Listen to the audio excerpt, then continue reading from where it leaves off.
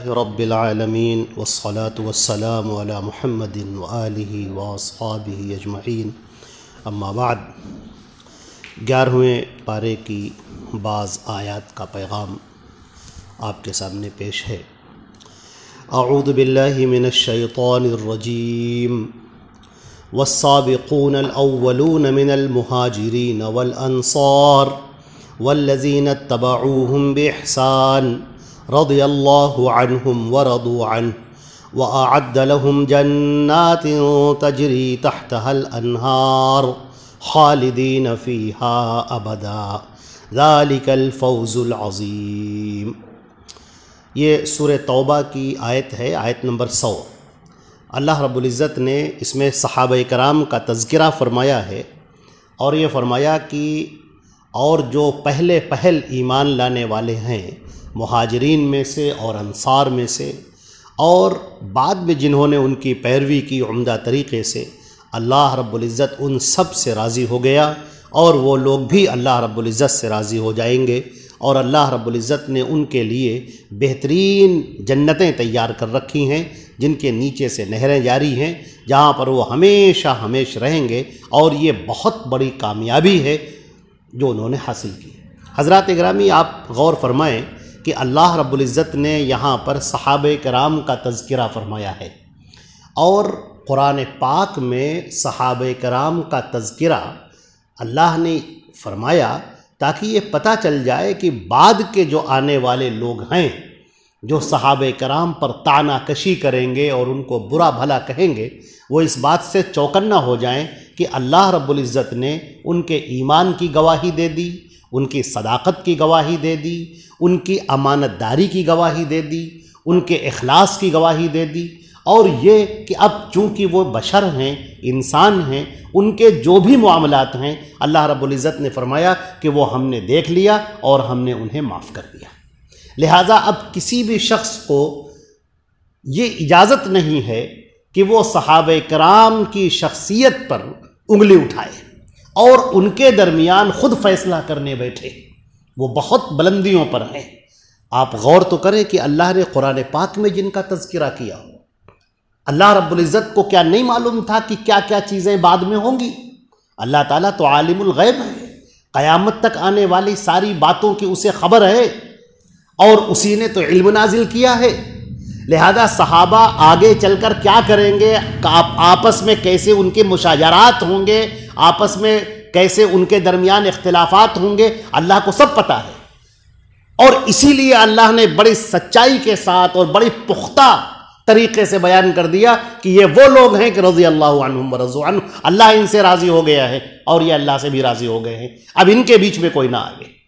ہمارے اور صحابہ کے بیچ میں کوئی دوسرا شخص نہ آوے فیصلہ کرنے کے لیے کہ یوں صحیح اور یوں صحیح اور فلاں صحیح تھے اور فلاں غلط تھے، اس کا فیصلہ تم مت کرو، اس لیے کہ یہ صحابہ ہیں،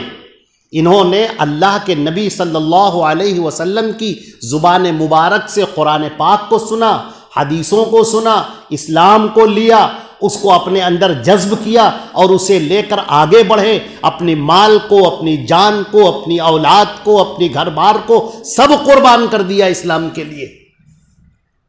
اب اگر انسانی بنیاد پر آپس میں کچھ نا اتفاقی ہو جائیں تو کون ہے اس دنیا کے اندر جو ان کے درمیان فیصلہ کرنے بیٹھ جائے؟ لہٰذا اللہ نے فیصلہ کر دیا کہ فیصلہ تو ہم نے کر دیا، ذالک الفوز العظیم، ہم نے بہت بڑی کامیابی انہیں دے دی۔ تو یہ بات یاد رکھیں کہ صحابہ کرام ہمارے دین کا ستون ہیں، اور ہم کو دین ان سے ملا ہے، لہذا ہم ان کی عزت کریں، ان کا احترام کریں، اور جو اجماع ہے اس بات پر ہے کہ جس نے حالت ایمان میں اللہ کے پیارے نبی صلی اللہ علیہ وسلم سے ملاقات کی ہو اور حالت ایمان میں اس کا انتقال ہوا ہو، وہ صحابی کہلائے گا۔ یہ علامہ ابن حجر نے تعریف کی ہے، اور اس کو تمام علماء نے متفقہ طور پر قبول کیا ہے۔ آگے جو سورہ توبہ ہی ہے 11ویں پارے کی، اس میں آیت ہے آیت نمبر 113۔ بڑی چونکا دینے والی آیت ہے، ایسی آیت جو بدن پر لرزہ طاری کر دے۔ اللہ رب العزت نے ارشاد فرمایا، یہ آیت نمبر 113 ہے سورہ توبہ کی، ما کان للنبی والذین آمنوا، نبی کو اور ایمان والوں کو اس بات کی اجازت نہیں ہے ان یستغفروا للمشرکین کہ وہ مشرکین کے لیے دعائے مغفرت کریں، ولو کانوا اولی قربا چاہے وہ ان کے رشتے دار ہی کیوں نہ ہوں، اولی قربا قرابت دار، چاہے وہ ان کے قریبی ترین رشتے دار ہی کیوں نہ ہوں، من بعد ما تبین لہم انہم اصحاب الجحیم، جبکہ یہ بات سب کے اوپر روشن ہو چکی ہے کہ یہ سب جہنم میں جانے والے ہیں۔ تو شرک اتنا بڑا گناہ ہے، اتنا بڑا گناہ ہے کہ اللہ رب العزت نے فرمایا کہ ہم شرک کو تو معاف ہی نہیں کریں گے، اور اس کے علاوہ جس گناہ کو ہم چاہیں گے تو معاف کر دیں گے۔ اور اب یہاں پر اتنی سختی کے ساتھ کہہ دیا گیا کہ خبردار کسی مشرک کے لیے مغفرت کی دعا نہ کرنا۔ مشرک کون؟ اللہ رب العزت کو ماننے کے باوجود جو غیر اللہ کو پکارتا ہے، جو لوگ اس دنیا سے جا چکے، جن کے اوپر موت طاری ہو چکی، وہ چاہے نبی کیوں نہ ہو، اگر وہ ان کو پکارتا ہے اپنی مدد کے لیے، غیروں کے در پہ جا کر سجدہ کرتا ہے، نظر و نیاز کرتا ہے، قربانیاں پیش کرتا ہے، ان کو پکارتا ہے کہ آئیے میری مدد کیجئے، میرے مشکل کشا بن جائیے، یہ سب شرک ہے، اور ایسا کرنے والا جہنم میں جانے والا ہے۔ اللہ نے فیصلہ کر دیا، وَمَن يُشْرِكْ بِاللَّهِ فَقَدْ حَرَّمَ اللَّهُ عَلَيْهِ الْجَنَّةَ، جس نے شرک کیا اللہ کے ساتھ میں تو اللہ نے جنت کو اس پر حرام کر دیا،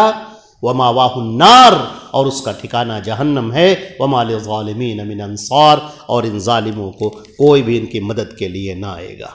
اسی طریقے سے 11ویں پارے کی ایک آیت جو سورہ یونس کی آیت ہے، اور یہ آیت نمبر 91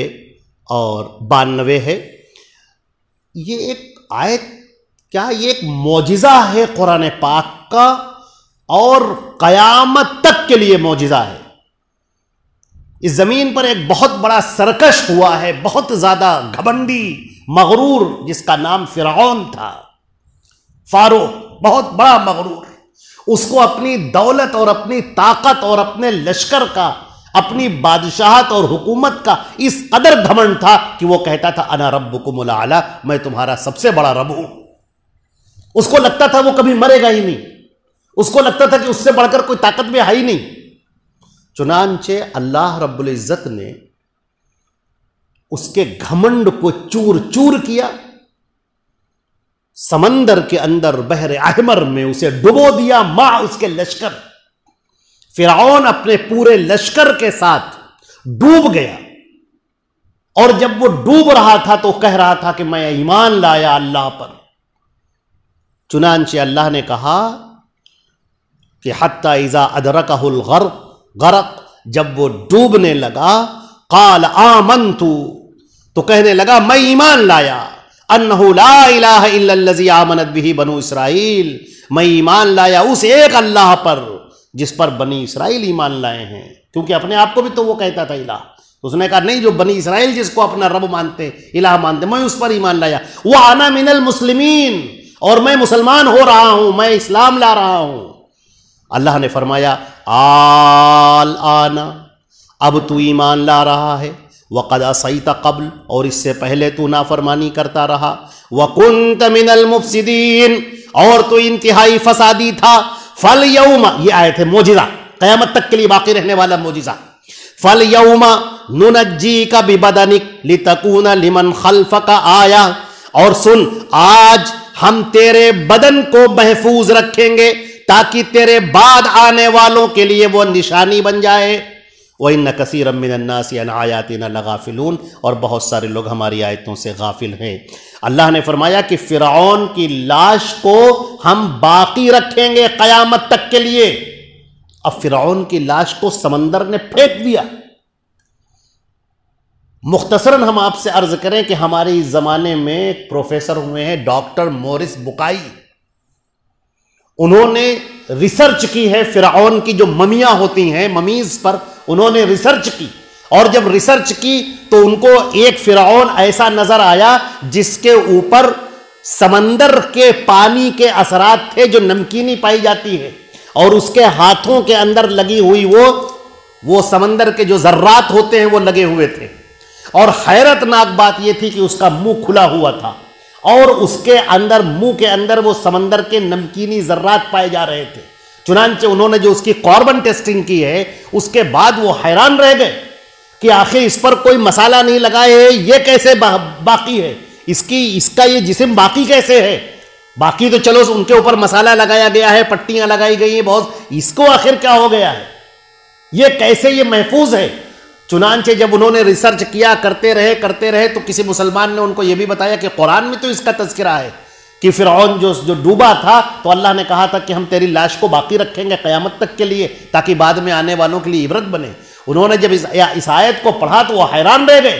کہ انہوں نے کہا کہ یہ تو محمد تو جان ہی نہیں سکتے تھے. اس زمانے میں کون کاربن ٹیسٹنگ ہوتی تھی؟ وہ تو کبھی سمندر کا سفر بھی نہیں کیا انہوں نے، وہ کیا جانے کیسے کہا؟ مسلمانوں نے کہا کہ یہ تو اللہ کا کلام ہے، محمد صلی اللہ علیہ وسلم کا کلام تھوڑی ہے، وہ تو اللہ کا اتارا ہوا کلام ہے. چنانچہ اس بندے نے اسلام قبول کیا. ڈاکٹر مورس بکائی کے نام سے بڑی زبردست اور بڑی اونچی شخصیت ہے وہ. تو آج بھی اللہ رب العزت نے اس فرعون کی لاش کو باقی رکھا ہے اور قیامت تک کے لیے یہ آئندہ آنے والے ہر انسان کے لیے ایک چیلنجنگ ہے، ایک میراکل ہے، ایک معجزہ ہے، تاکہ ایمان لانے والے اس پر غور کریں اور ایمان لے کر آئیں. اللہ رب العزت ہم کو اور آپ کو عمل کی توفیق عطا فرمائے. والسلام علیکم ورحمۃ اللہ وبرکاتہ.